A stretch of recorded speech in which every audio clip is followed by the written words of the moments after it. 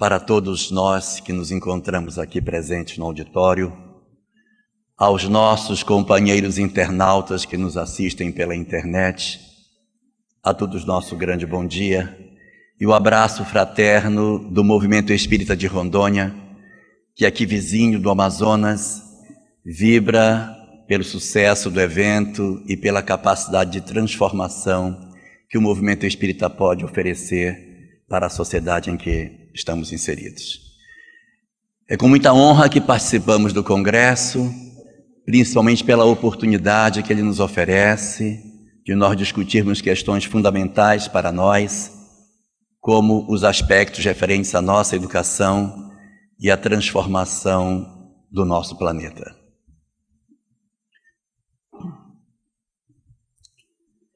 Bereshit bara Elohim et hashamayim ve'et haaretz.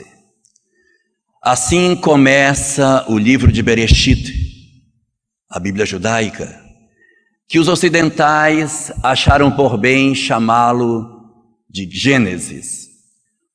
O livro de Bereshit traz, no seu primeiro versículo, a informação que seria traduzida na nossa língua em português como sendo: no princípio, criou Deus o céu e a terra.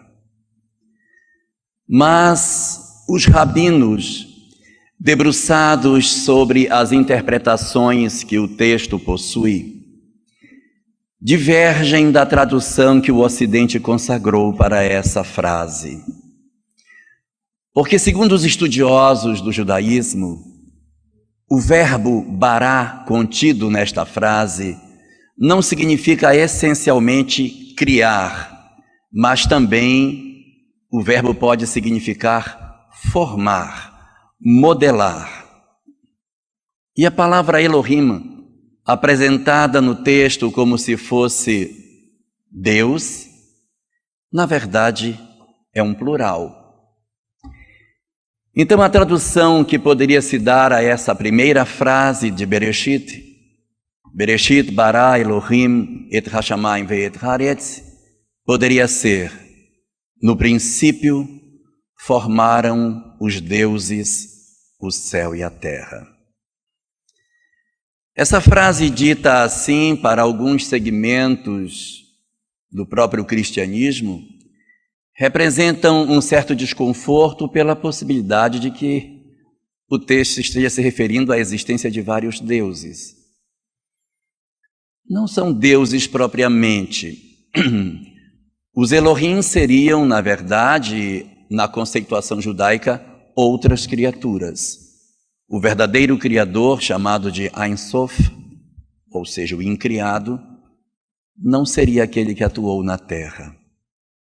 Mas à frente, no mesmo capítulo de Bereshit, aparece: façamos o homem à nossa imagem e semelhança.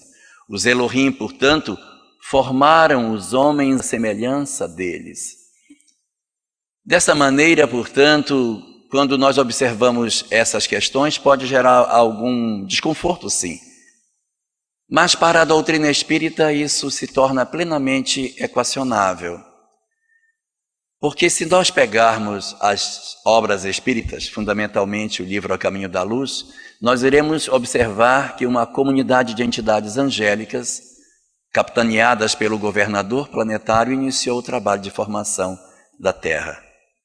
Eles não eram deuses, eles eram modeladores, eles eram formadores do planeta, que vinham aqui para iniciar o processo de construção de um novo orbe e de uma nova civilização. Assim, para a doutrina espírita não causa nenhuma estranheza. Jesus, o governador planetário, criatura de Deus, o chefe dos Elohims, esteve na Terra capitaneando uma grande equipe formada por físicos, químicos, matemáticos, sociólogos, que trabalhando a diversidade da condição da Terra, foram ao longo dos séculos promovendo as transformações sucessivas até que nós alcançássemos a condição de hoje, termos a multiplicidade de vida que o planeta oferece.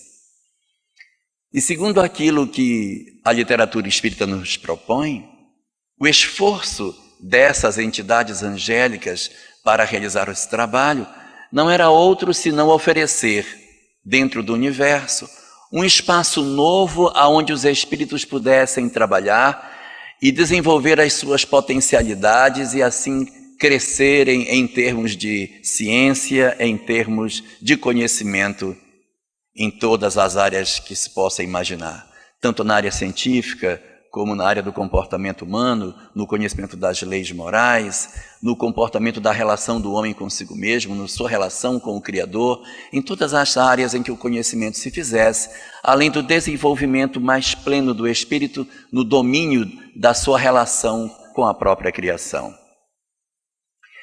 Essas entidades angélicas, portanto, fizeram um trabalho grandioso e na obra O Espírito da Verdade, assinado por Chico Xavier e Valdo Vieira, por diversos espíritos, há uma mensagem lá chamada A Rigor. E nessa mensagem chamada A Rigor, os espíritos apresentam para nós uma conceituação de alguns termos bíblicos que, de repente, nós perdemos a ideia do que eles sejam ao longo do tempo. E lá há uma definição do que seja Espírito Santo.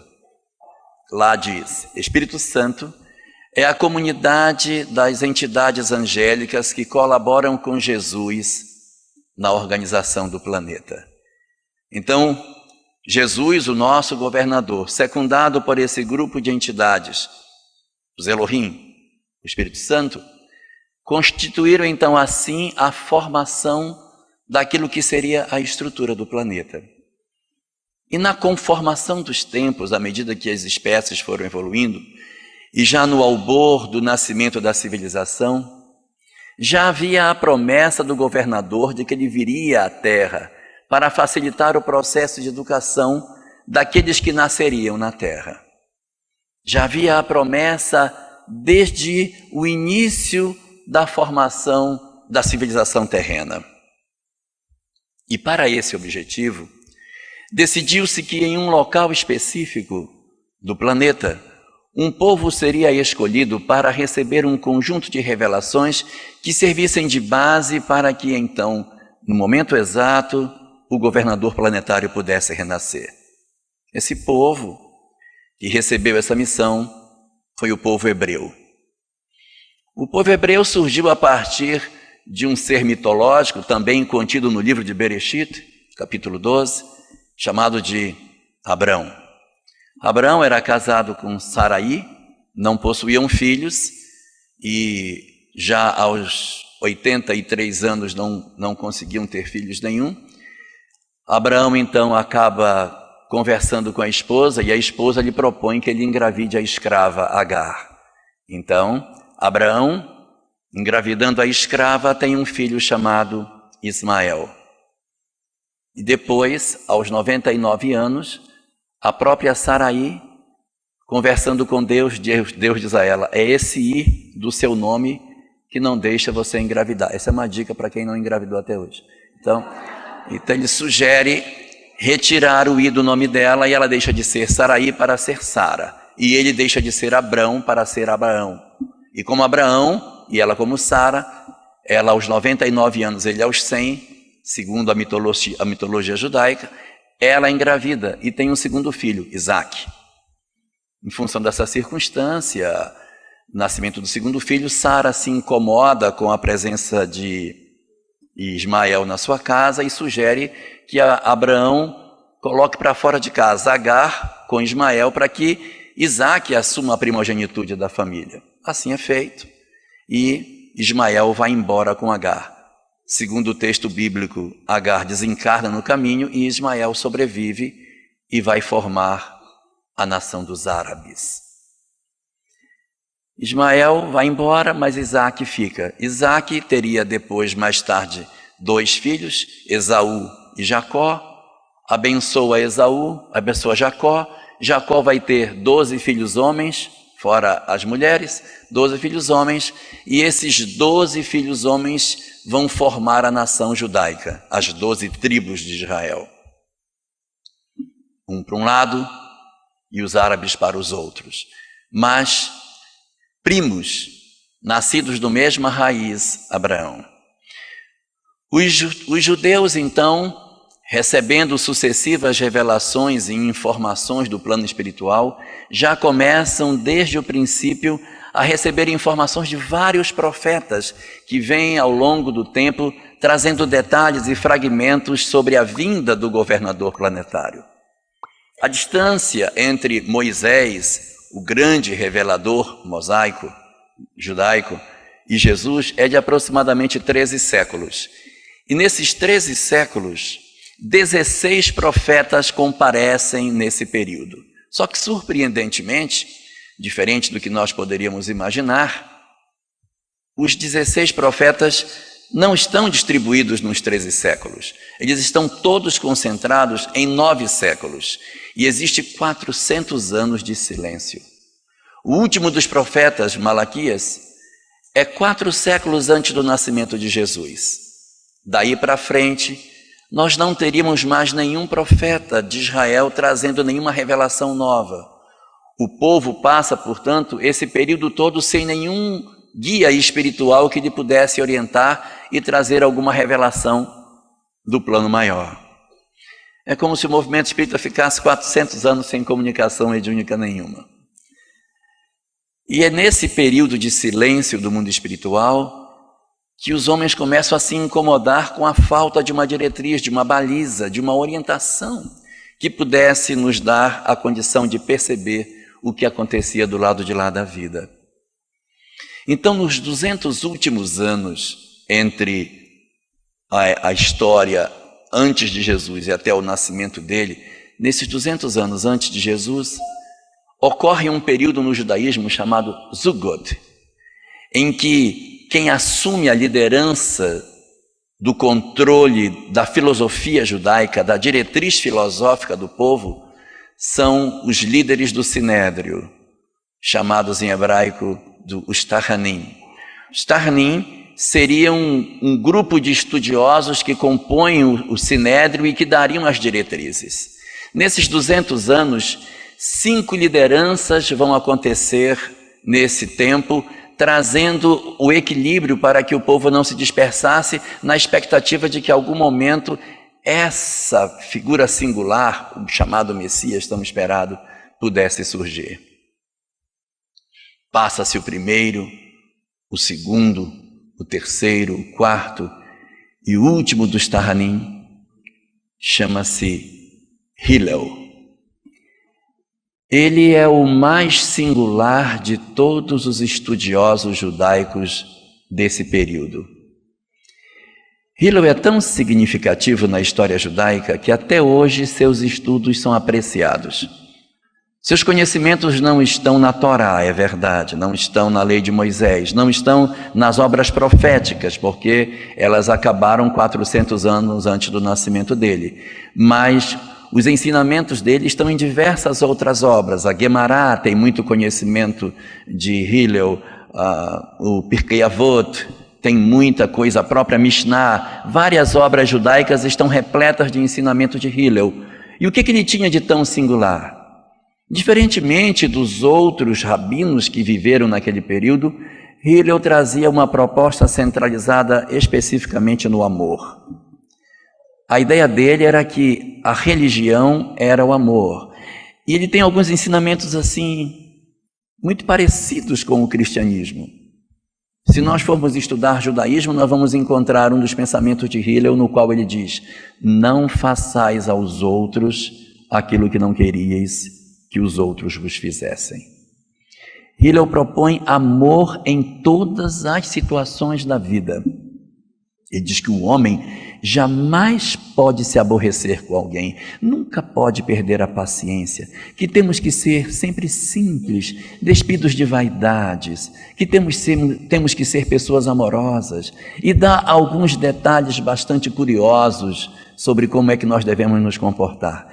Ele diz que todas as vezes que entramos no local, nós temos que cumprimentar todas as pessoas que estão naquele lugar. E todas as pessoas têm que ser cumprimentadas com um sorriso. Você não pode cumprimentar a pessoa com o rosto sério. Cumprimenta-se a todos e a todas as pessoas com um sorriso no rosto. Existem inúmeras histórias consagradas dentro do judaísmo para a pessoa de Hillel. Ele era um sábio tão extraordinário que todos os demais do Sinédrio o elegeram como sendo o grande mestre.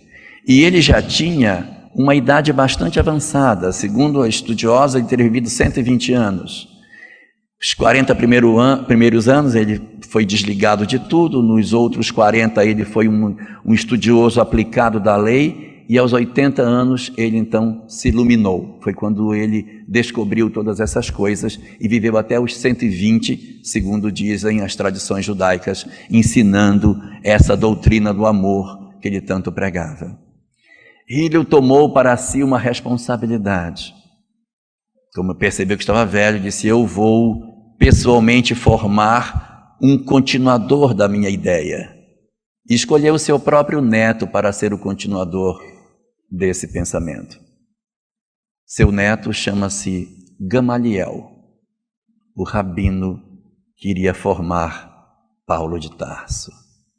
Por isso que Gamaliel tinha um pensamento adocicado sobre o judaísmo. Se Paulo de Tarso tivesse ouvido mais efetivamente as lições que Gamaliel teria lhe deixado, talvez a história do cristianismo, no seu começo, tivesse sido muito diferente daquilo que aconteceu. Mas Hillel acabou retornando para o mundo espiritual, desencarnou e retornou para seu país de origem, o mundo espiritual. Só que o conhecimento e os ensinamentos dele foram tão significativos que ele não se restringiu à área aonde ele viveu. O conhecimento de Hillel não ficou circunscrito a Israel, mas se espalhou para as nações vizinhas, para as nações árabes. E os árabes passaram também a estudar Hillel, mas deram a ele um nome um pouquinho diferente, apenas alterando a posição das vogais, chamando ele de Eliú. O Eliú dos árabes é o mesmo Hillel dos judeus. Eliú, é um dos que constituem a equipe dos Elohim.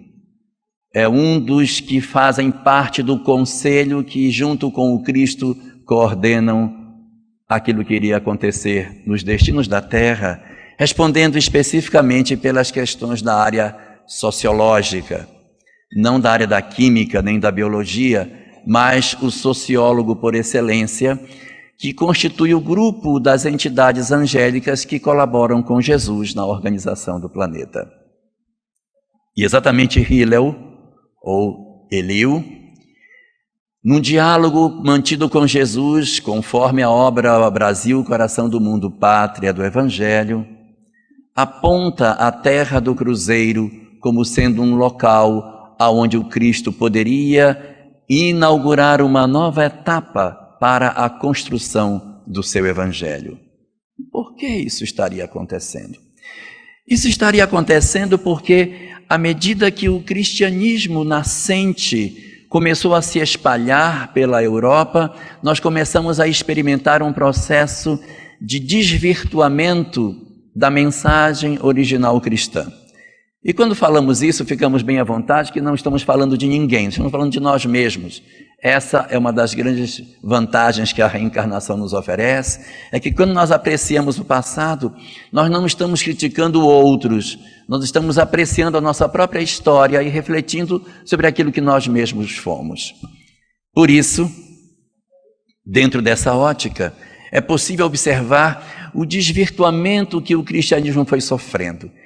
E como foi esse processo de desvirtuamento?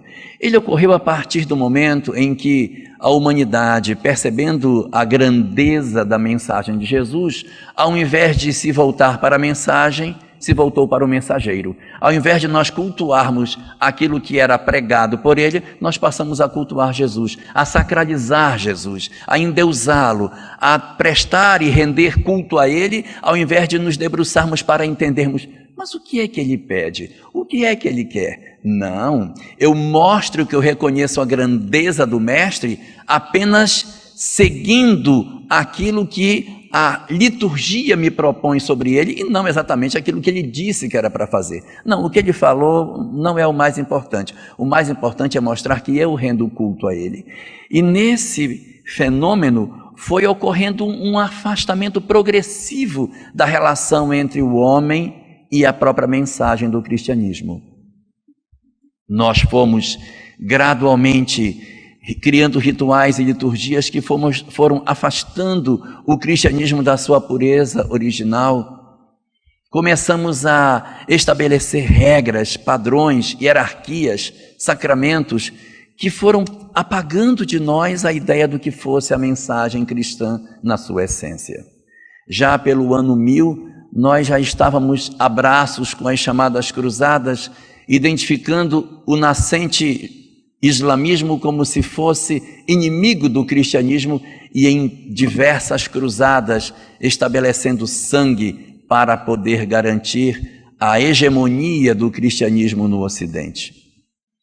Durante esse período, lamentáveis incidentes aconteceram, manchando de sangue inúmeras páginas da nossa história e criando um ranço de desarmonia entre as religiões que em si não haviam nascido para guerrear. Nem o cristianismo e nem o islamismo haviam surgido para serem uma a opositora da outra. Mas, não satisfeitos com esse processo, no século XIII nós avançamos ainda mais criando a Inquisição, colocando nos calabouços dos templos religiosos cristãos os instrumentos de tortura, de massacre, de opressão, da civilização, na tentativa de, mais uma vez, garantir a permanência do cristianismo da forma como ele era interpretado, como a verdade única sobre o Ocidente. Mas à frente, já no século XVI, nós vamos enfrentar a chamada Reforma Protestante, com o surgimento do protestantismo, que era a chance das pessoas terem acesso ao texto evangélico, porque era proibido as pessoas manusearem a Bíblia, ninguém poderia manusear, só o sacerdote. E o protestantismo vem trazer esse desalgemar das nossas circunstâncias, fazendo o processo de aproximação da mensagem bíblica das pessoas da época. Lutero comete um sacrilégio, tira a Bíblia do latim e coloca numa língua normal, ele traduz para o alemão. Isso é um absurdo. As pessoas poderiam ler, que crime. Mas, exatamente inspirado por esse processo de divergência entre protestantes e católicos, a França, no ano de 1572, sob o domínio da rainha Catarina de Médici e Carlos X, que era o rei, promove a noite de São Bartolomeu num grave delito, em que protestantes e católicos se enfrentam, promovendo uma noite de matanças em que, segundo as tradições, as patas dos cavalos se cobriram de sangue nas ruas de Paris. Lamentável fato. Essas experiências que aconteceriam no século XVI é que inspirariam, já no século XV, a preocupação com o renovar das esperanças. E como a Terra apenas tinha como ocupada, em termos como nós conhecemos hoje, na forma de civilização, apenas a Europa, a Ásia e não o Ocidente, as Américas, a América seria um excelente local onde isso poderia acontecer. E daí, imaginando-se a possibilidade de que isso pudesse se dar, o Cristo então escolhe uma região da terra para que ali pudesse ser feito uma nova oportunidade, uma nova tentativa para resgate da mensagem original. Essa não seria a primeira vez. Inúmeras tentativas já foram feitas para resgatar o cristianismo na sua essência. No livro A Caminho da Luz, existem diversas dessas tentativas ali colocadas. O próprio islamismo é uma das tentativas de se fazer com que o cristianismo voltasse à sua mensagem original. A história de Carlos Magno também é uma tentativa de resgate para a mensagem original. A história de Francisco de Assis é outra tentativa de resgate. John Hus, outra tentativa. Lutero, outra tentativa. São várias estratégias para tentar trazer o cristianismo para o seu ponto de equilíbrio.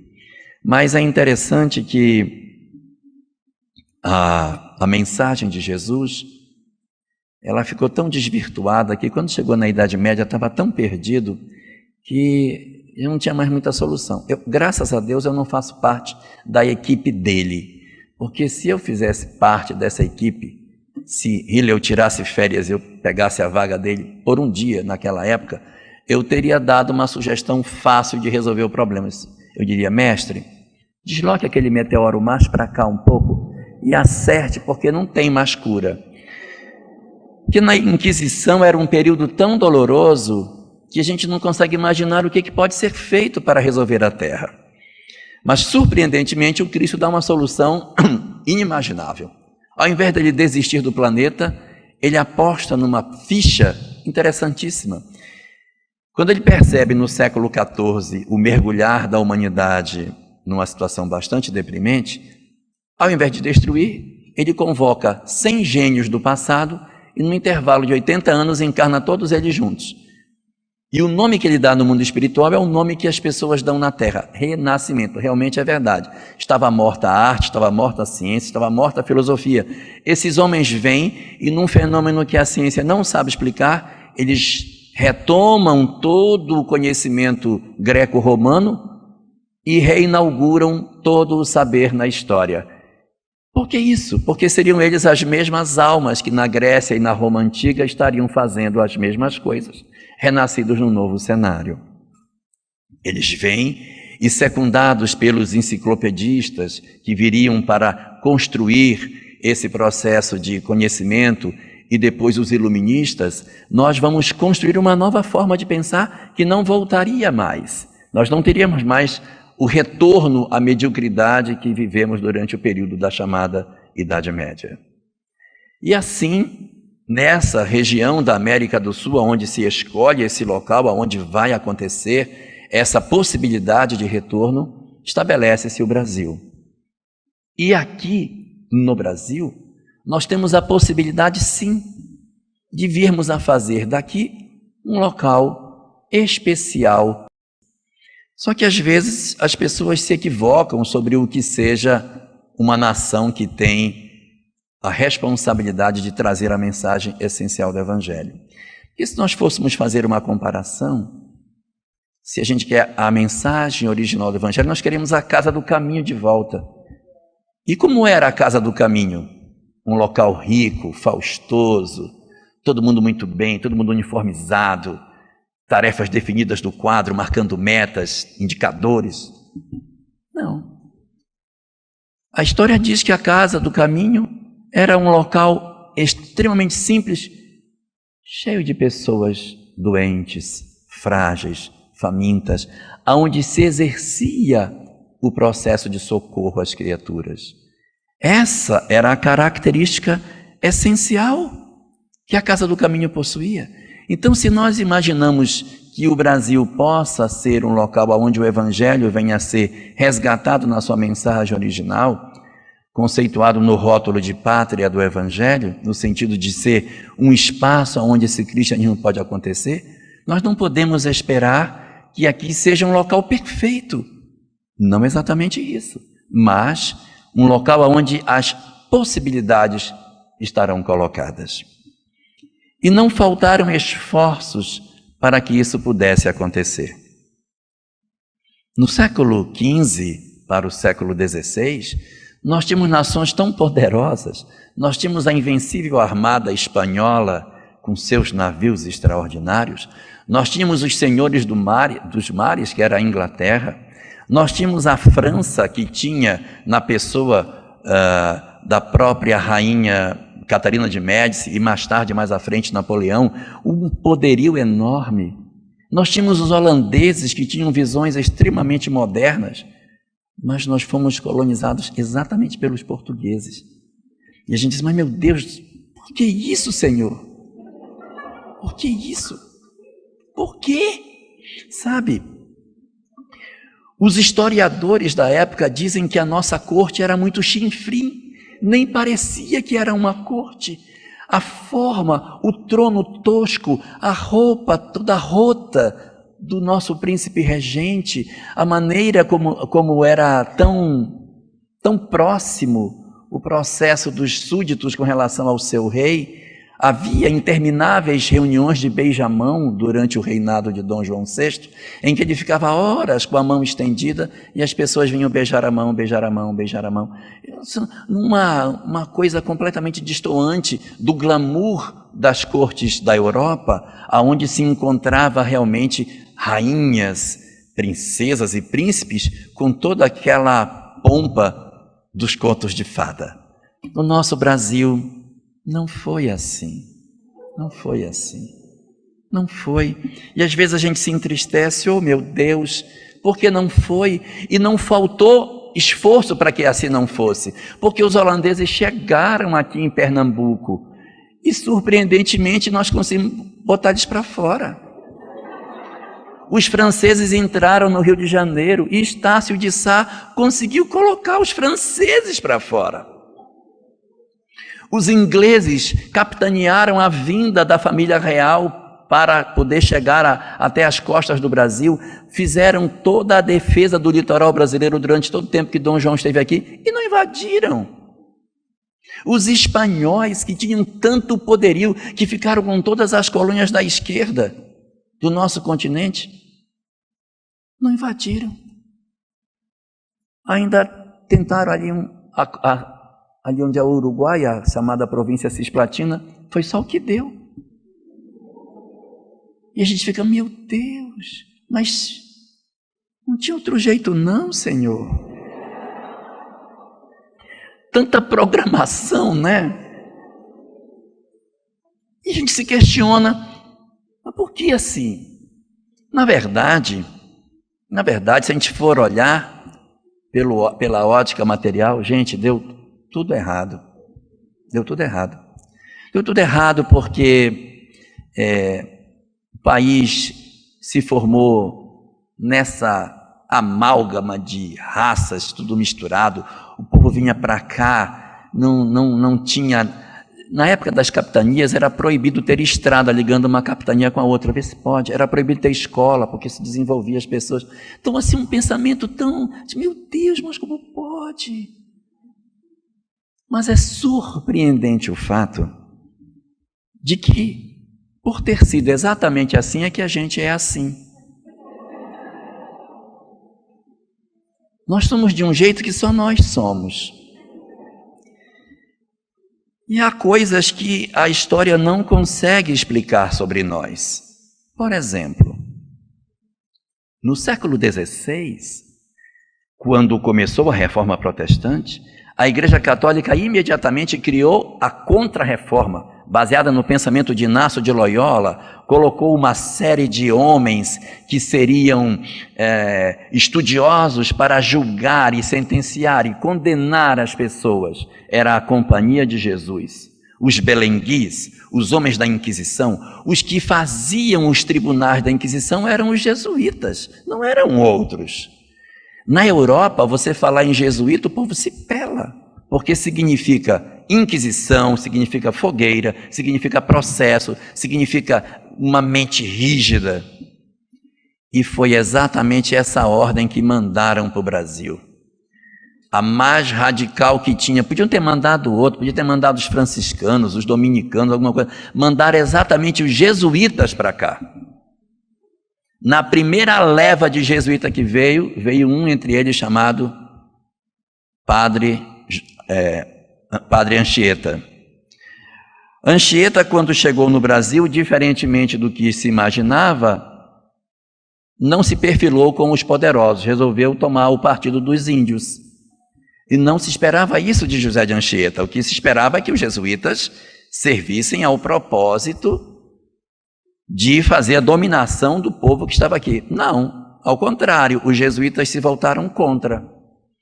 Então mandaram uma segunda leva. Na segunda leva veio o padre Manuel da Nóbrega. Aí acabou de vez. Porque os dois juntos faziam o trabalho a favor dos índios e não contra. Isso não existiu em lugar nenhum. Isso só existiu aqui. Só existiu aqui. E aqui ofereceu-se uma proposta de cristianismo muito diferente daquela que nós conhecemos em outros lugares da Terra. Quando se faz divulgação do espiritismo na Europa, e que você diz que o espiritismo é o cristianismo redivivo, há algumas pessoas que reagem, porque o cristianismo na Europa está relacionado com uma história vinculada à Inquisição. Mas quando você apresenta no Brasil a ideia do espiritismo como cristianismo redivivo, ele passa a ser bem aceito. Por quê? Porque o sinônimo de cristianismo no Brasil é amor ao próximo. Nós conseguimos aqui, da forma como nós somos, a construir uma nação onde esse perfume do Evangelho conseguiu sair. E nós nos contaminamos positivamente desse processo. Nós somos uma nação cristã que tem a característica de entendermos na religião a fraternidade.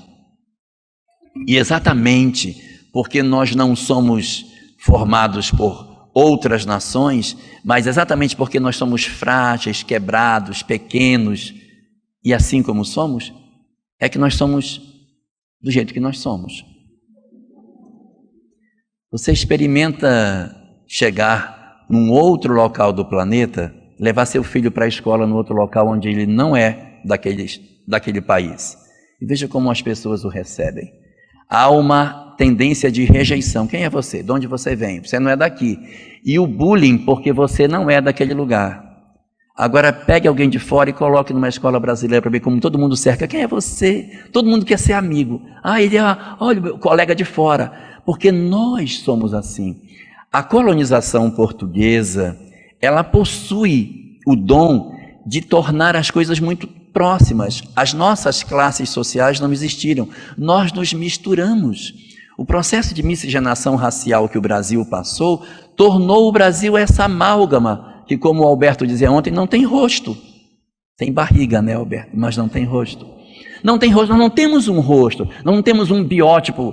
Por quê? Por conta das misturas que assim aconteceram no país. Diferentemente de alguns locais do país onde não foram feita a colonização portuguesa e que a comunidade se fechou. Observem como existe uma diferença na relação com quem vem de fora, em relação ao resto do país, onde predomina essa miscigenação. Então, é essa característica essencial que deu a nós a condição de fazermos uma nação bem diferente. E qual é o resultado de tudo isso?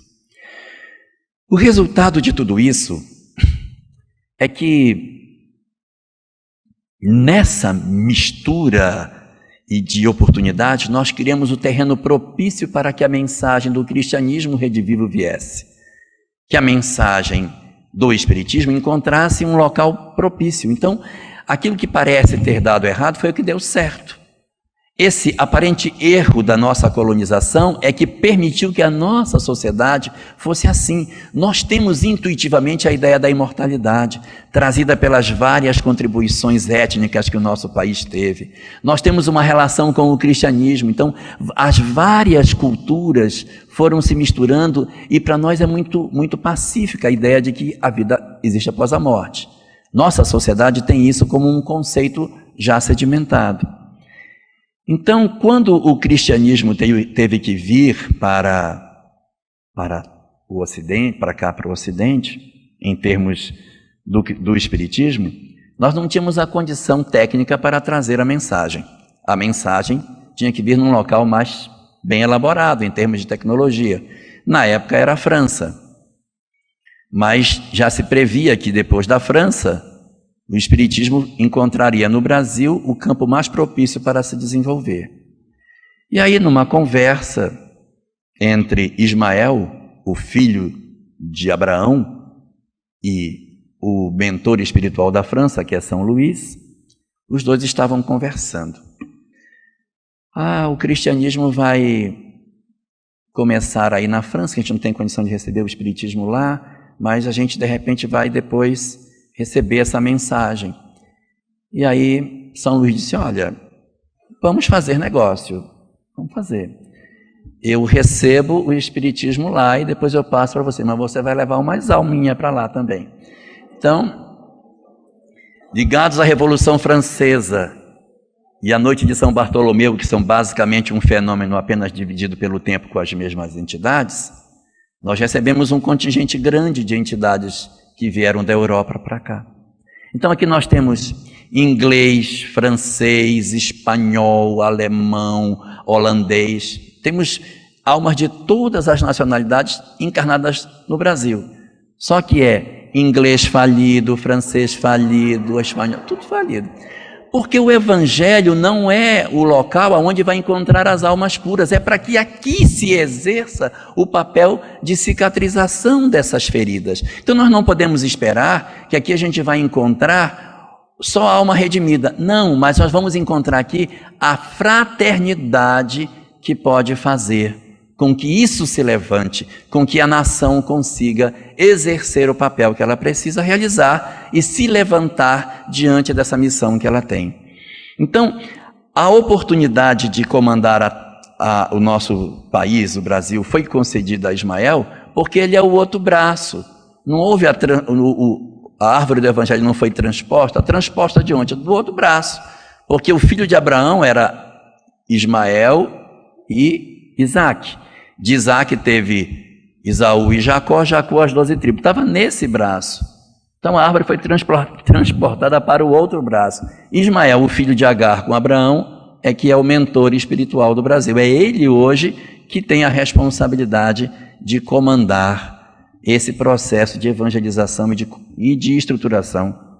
Deve estar dando um trabalho danado para ele, né? Mas é ele que é o espírito que tem essa responsabilidade de fazer a nação caminhar para frente. Aí nós recebemos essas entidades. E nós dizemos assim, poxa, mas será mesmo que a gente vai ter condição de fazer as coisas serem melhor? Nós temos um atributo que as outras nações não têm. E aqui eu faço uma reflexão, e eu não estou criticando ninguém, apenas uma análise. A França tem aproximadamente 2.000 anos de cristianismo. O Brasil tem menos de 500 anos de cristianismo. Mas o que foi que a França fez com a mensagem cristã no íntimo do ideário das pessoas francesas? E o que foi que o cristianismo fez no Brasil, independente de espiritismo, no ideário dos brasileiros com relação à mensagem cristã? O que aconteceu dentro de cada um de nós?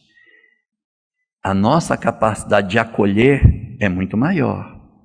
Então, nesses períodos de tanta loucura no mundo, desse processo de transição que a gente enfrenta, e das nações procurando se acomodar, o processo dos refugiados, ainda em massa de pessoas para a Europa, as pessoas, quando elas entram na França, elas chegam, mas elas não são absorvidas no tecido social como sendo franceses.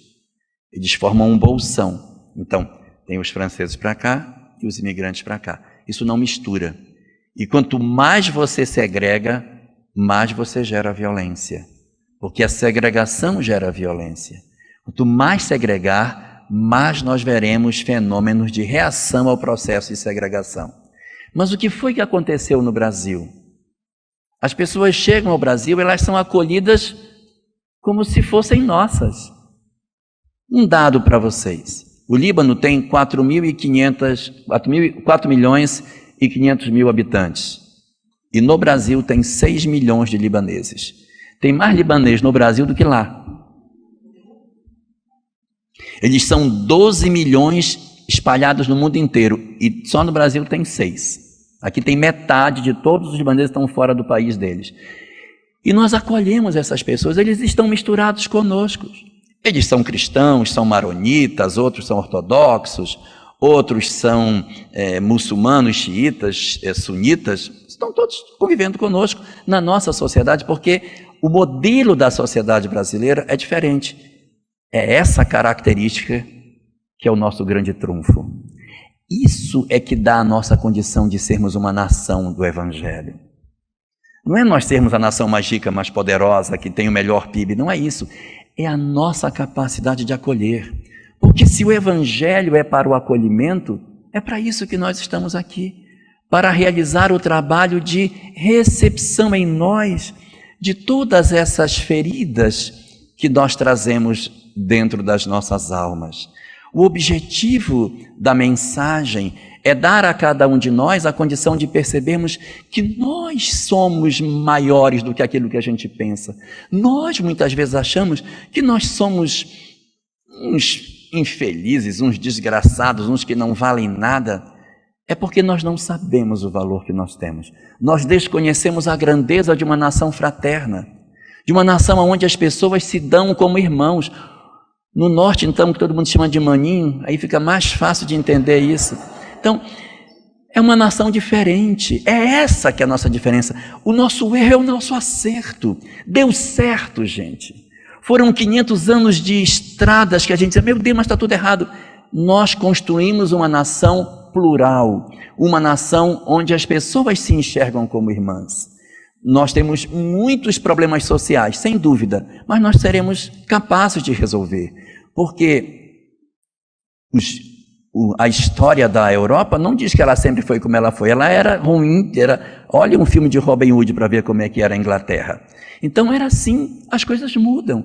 Agora, quanto tempo a Europa vai demorar para ser fraterna? E quanto tempo a gente vai precisar para se melhorar em termos de qualidade de vida? Então, é muito mais fácil você melhorar tecnologicamente uma nação do que a transformar os seus conceitos mais internos para que ela se torne uma sociedade mais fraterna.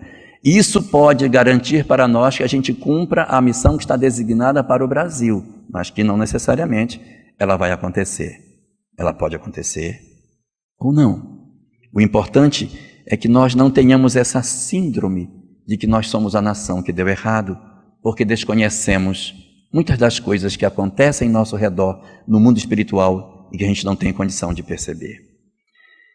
E apesar de nós sermos tão ligados assim ao cristianismo, eu gostaria de deixar hoje uma mensagem que não é do Cristo, é do Buda.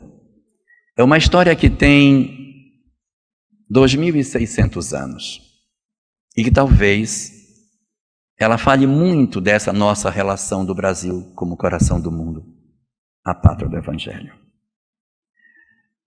Conta o Buda que havia uma casa muito faustosa de um senhor muito rico e ele tinha vários servos que atuavam na casa desse senhor, produzindo aquilo que o senhor precisava. E entre os servos que havia nessa casa, havia um rapaz em particular que tinha a responsabilidade de levar água de um poço de pedra até a cisterna que ficava na casa do seu amo. Todas as manhãs, segundo o Buda, o rapaz colocava uma vara nas costas com um balde de cada lado, caminhava por um longo espaço até a chegada do poço, enchia os baldes com água e voltava por esse caminho até colocar a água na cisterna do seu amo. E ele fazia esse processo várias vezes durante o dia. E conta a história que numa das vezes que ele chegou até o poço de pedra, que baixou a vara para começar a encher os baldes, ele, sem querer, bateu com um dos baldes na lateral do poço. E como o poço era de pedra, na hora que o balde bateu, o balde rachou. Ele virou o balde, olhou o fundo do balde ali rachado e, diferentemente do que a gente poderia imaginar que ele fosse fazer, ele continuou usando o balde, mesmo quebrado. Ele chegava agora diante do poço, colocava os 2 baldes no chão, enchia primeiro o balde bom, e depois enchia o balde rachado, e imediatamente colocava a vara nas costas e saía correndo pelo caminho. Quando chegava lá na casa do amo, só tinha um pouquinho de água no balde rachado, e derramava a água do balde, derramava a água do balde bom, e voltava para buscar mais água. E numa dessas idas e vindas que ele fazia, quando ele parou na lateral do poço para encher, o balde rachado virou-se para ele. Nessa época os baldes ainda falavam. O balde virou-se para ele e disse: por que você faz isso? Por que você faz? Você acha que eu não percebo o que você está fazendo? Você se condena a sofrer por minha culpa. Eu não presto. Eu sou um balde inútil, rachado. Eu não sirvo para nada. O que você quer? Me jogue fora. Olha, ali é o montouro de lixo. Me jogue lá. Ali é o meu lugar. Eu tenho vergonha do balde bom. Eu não lhe ajudo. Por minha culpa você tem que ir e vir muito mais vezes. Me jogue fora. Coloque no meu lugar um outro balde bom, que possa fazer a tarefa que você precisa, que possa lhe ajudar. Se liberte de mim. Eu sou um estorvo, eu sou um peso, eu sou um inútil. O rapaz então virou-se para o balde rachado e disse: ah, meu querido balde rachado, se tu soubesses o quanto o meu amo se agrada do trabalho que faço na casa dele, porque me sirvo de ti, tu não dirias isso. Porque exatamente no dia seguinte ao que tu rachaste, eu plantei semente de rosa desde o poço até a casa do meu amo. E quando tu vais nas minhas costas, derramando a tua água pelas tuas rachaduras, tu vais semeando vida por onde quer que tu passes. E todas as manhãs eu colho flores que enfeitam a casa do meu amo, e ele muito se agrada do que faço, porque me sirvo de ti. Olha o caminho por onde vai o balde bom, não tem flores. Ele é tão completo em si mesmo, ele é tão perfeito, que ele não sabe dividir o que tem. Mas tu, exatamente porque tu és quebrado, rachado, derrotado, tu vais chorando as tuas lágrimas pelo caminho, e são exatamente essas tuas lágrimas que semeiam a vida por onde quer que tu passas. Assim, nessa minha tarefa de servir ao meu Senhor, eu posso me liberar de todas as coisas das quais me sirvo para atender aos desejos do meu amo, menos me liberar de ti, meu tão precioso e útil balde rachado. Façamos do Brasil também